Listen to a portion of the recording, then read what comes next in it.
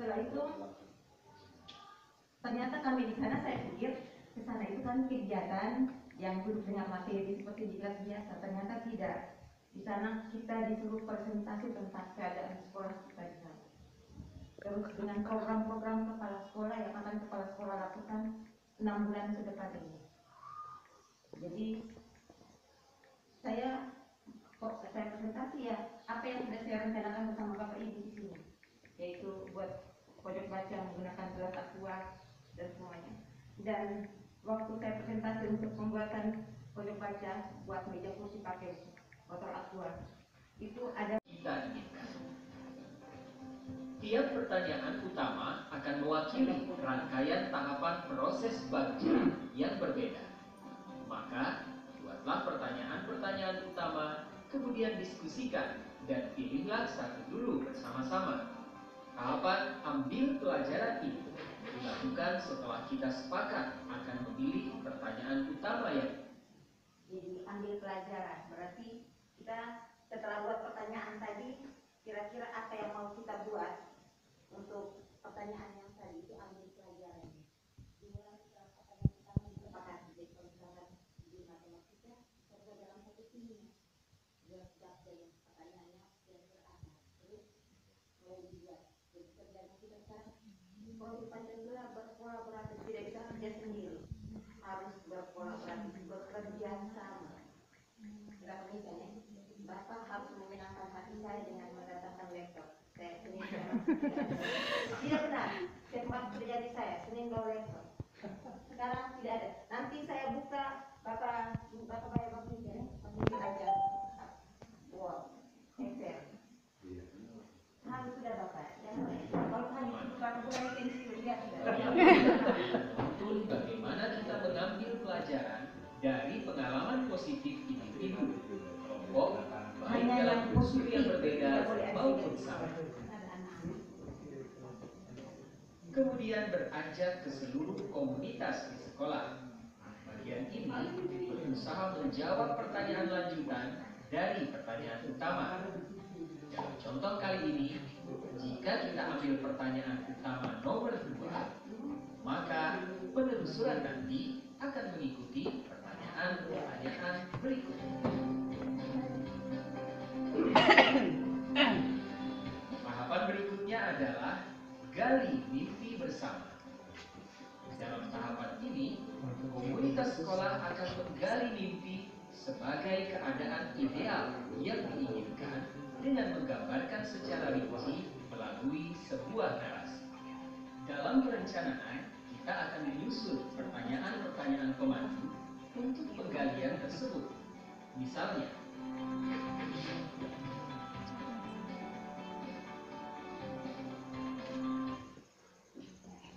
itu yang saya kasih tadi, warga yang literasi yang saya presentasi di sana. Dan saya malu kalau misalkan pendekatan disiplin orang yang sudah disiplin kita sini baru mulai. Jadi saya bicaranya tentang literasi, karena literasi rata-rata masih rendah. Mereka di sana juga sama dengan kita. Jadi kalau misalkan kita di sini mau sepakat buat bagi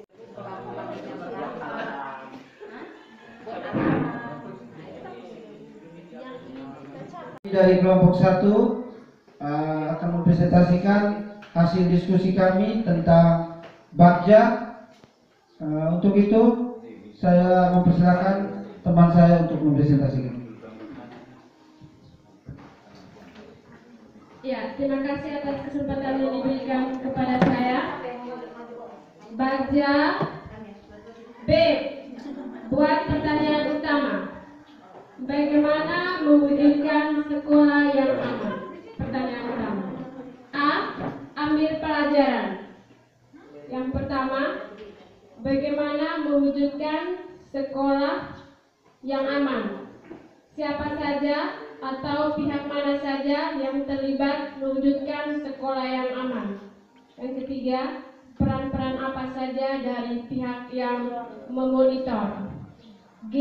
Gali mimpi. Sekolah yang aman, yang ada pagar, yang rapi, indah. Yang kedua, sekolah yang tersedia pos penjaga dalam kurung satpam.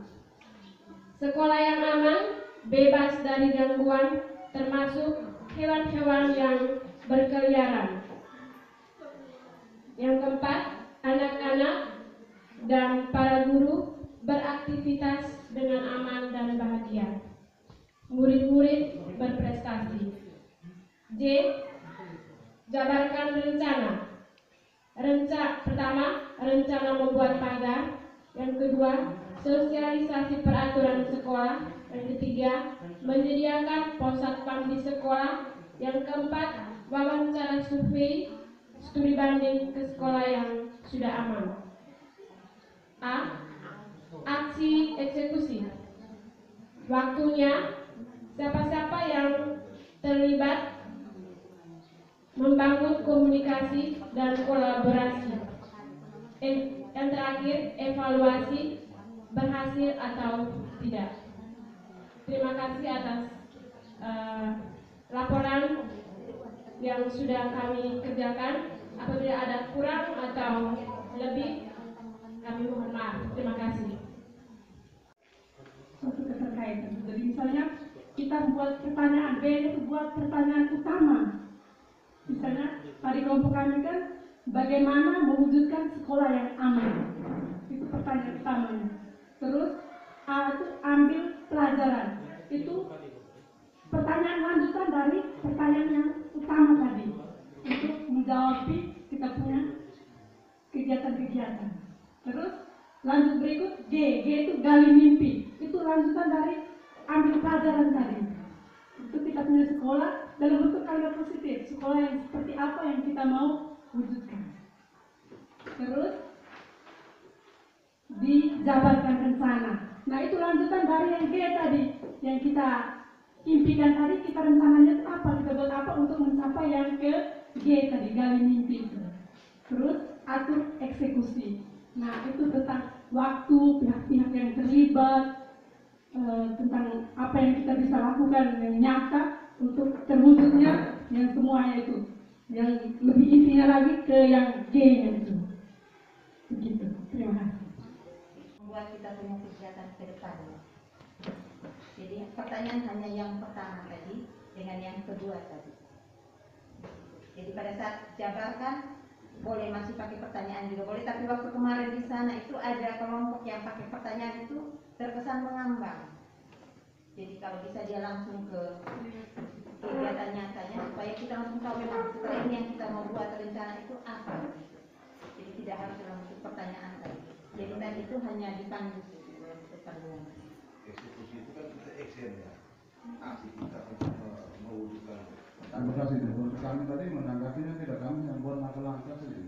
Tidak apa-apa. Nanti kan kita diskusi sama-sama. Kalau sudah sesuai ya sudah. Kalau misalkan masih harus tambah ya kita tinggal tambah. Tidak pengaruh. Kami kan baru jadi kita. Jadi kemarin itu kalau kami yang kepala sekolah presentasi itu pertanyaan tidak banyak karena orang sudah tahu bahwa kita yang langsung di lapangan. Tapi kalau pengawas yang presentasi itu mengambang, tidak langsung fokus ke yang harus terjadi, tidak mengerucut. Karena mereka kan tidak action di lapangan, jadi mereka tidak tahu. Tidak apa-apa, Bapak. Kita semua, pada kesempatan ini kami dari kelompok 2 akan mempresentasikan tentang Bagja. Bagja. Itu saja waktu dan kesempatan, saya persilakan.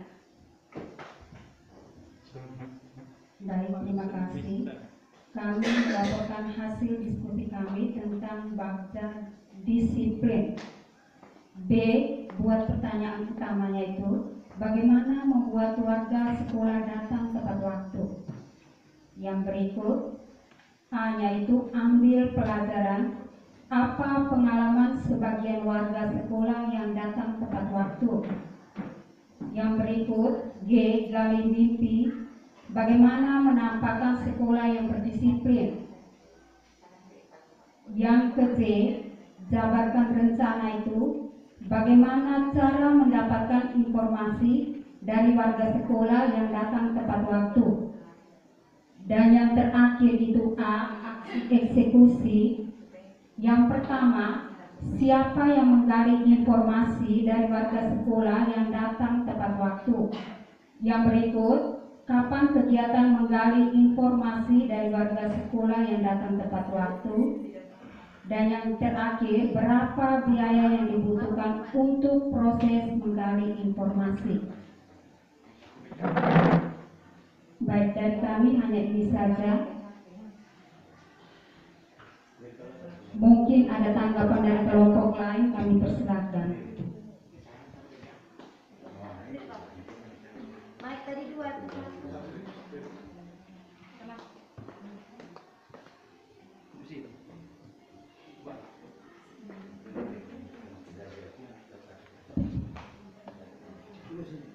Tadi Ibu bilang kedepannya ini nanti menjadi kita punya program sekolah tuh bagus sekali. Ini tentang disiplin. Ini berkaitan dengan yang sudah disampaikan Ibu Osim tadi, punya jabaran sesuai dengan bakjanya itu yang digali mimpi itu baiknya itu kita memvisualisasi atau menuliskan sekolah yang disiplin yang seperti apa yang kita inginkan dalam bentuk kalimat positif. Misalnya mewujudkan sekolah yang memiliki kedisiplinan tinggi. Begitu. Terus di bawah yang setelah gali mimpi itu jabarkan rencana, baru kita buat pertanyaan atau dalam bentuk kalimat positif juga baik. Bagaimana supaya kita bisa punya mimpi kita itu terwujud, sekolah yang disiplin itu terwujud tuh dengan menjabarkan rencana-rencana kita. Untuk kalau atur eksekusinya itu kayaknya sudah sesuai, tinggal lebih detail kapan, tapi intinya pertanyaan yang dibuat sudah sesuai.